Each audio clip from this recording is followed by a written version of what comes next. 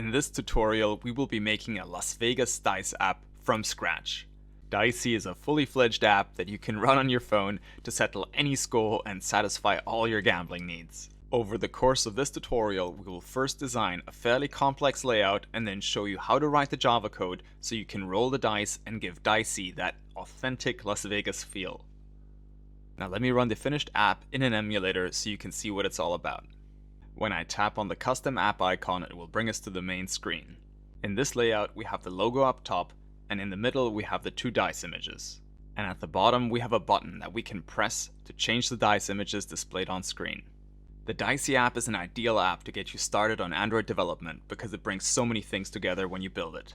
For example, here are some of the key things that we will cover in this tutorial. You will learn how to work with the layout editor to arrange elements on screen and create a complex layout. And you will also learn how to use and manipulate XML, which is the source code powering many files in an Android project. And in the last part of the tutorial, we'll be diving deep into coding and address the most fundamental parts of building a working Android app. In the process of building this app, you will learn how to write the Java code to link the programming logic to the layout, how to detect taps on screen, how to implement randomization, and how to use arrays to hold a collection of data. I can't wait to start teaching you guys, so head on over to the next lesson.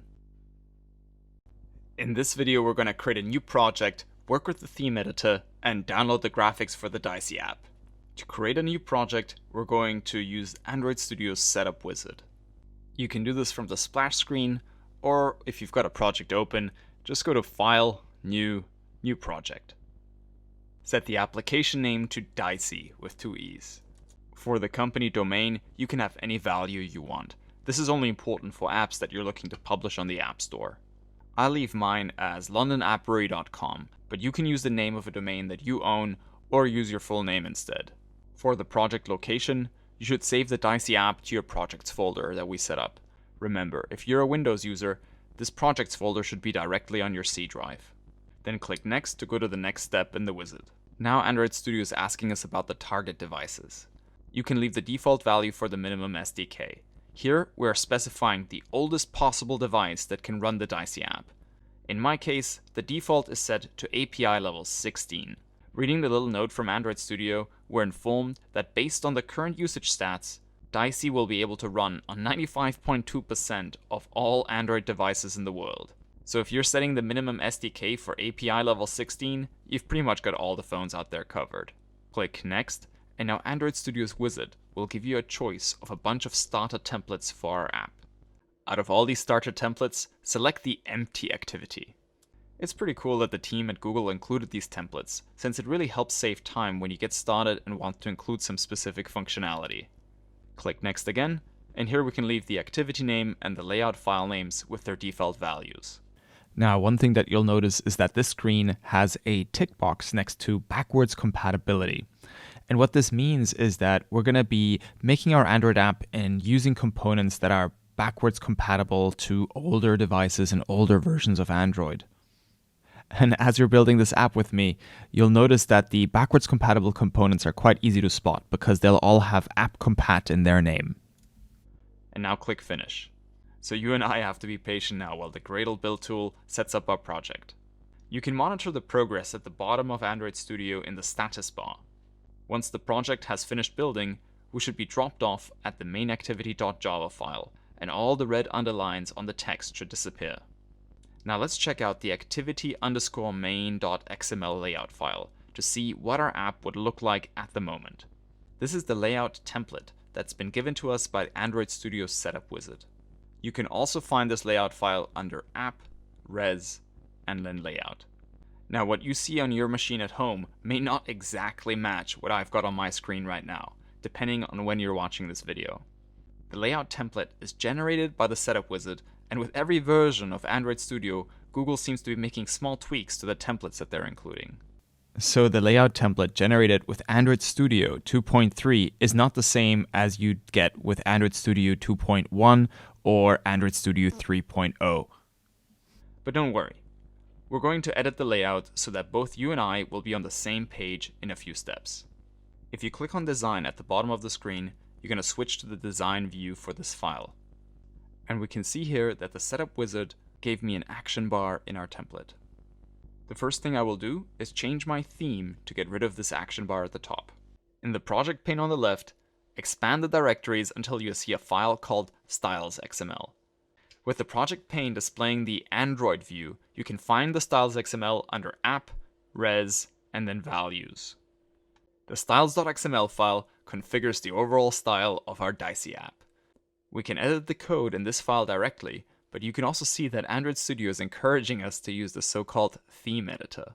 Either click on the suggestion, or you can find the theme editor under Tools, Android, and then Theme Editor. In the theme editor, we can see the styling of various Android components in our app. If we were to add a button to the app, it would be styled like this. And if we were to add a checkbox to our app, the default style would look like this.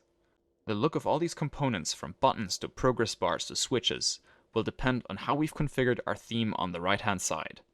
For example, if we change the accent color to something else like green, we can see that all the radio buttons and checkboxes and spinners will now use the green accent color by default.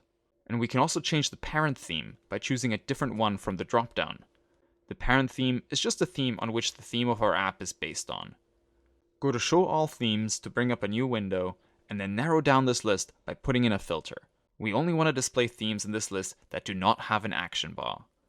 Type in no action bar as one word and filter on the themes that have that keyword in the name. Now mind you, the exact list that you see here will depend on what SDK platforms you have currently installed. Now if you remember, in our setup wizard, we had that tick box next to backwards compatibility.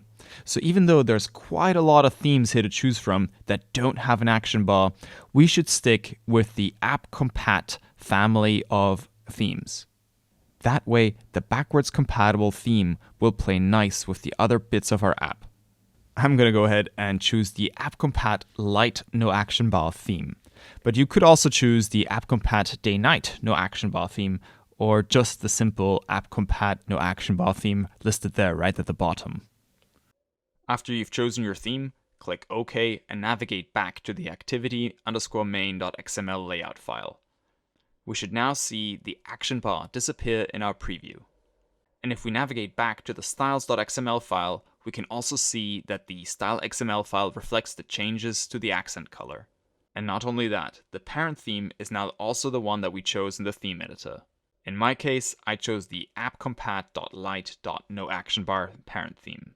Now it's time to get hold of all the graphics that we will use in our app. We'll need to change the images on the die after all, right? Also, those default launcher icons that shipped with the template are really meh. So open your favorite browser and navigate to the URL that we're including in the description of this video. This will send you to a location where you can download the zip file that contains all the image assets that we're going to use in the app. If you're using a Mac, simply double-click on the zip file to extract the contents. And if you're on a Windows machine, right-click on the zip file that you just downloaded and go to Extract All. Now you have to specify where the files should be extracted to. Delete the bit at the end of the file path and make sure you extract the contents to the Downloads folder. Then hit Extract. In the next video, we'll show you how to include these graphic assets in your Android project and how to generate your launcher icons. I'll see you there.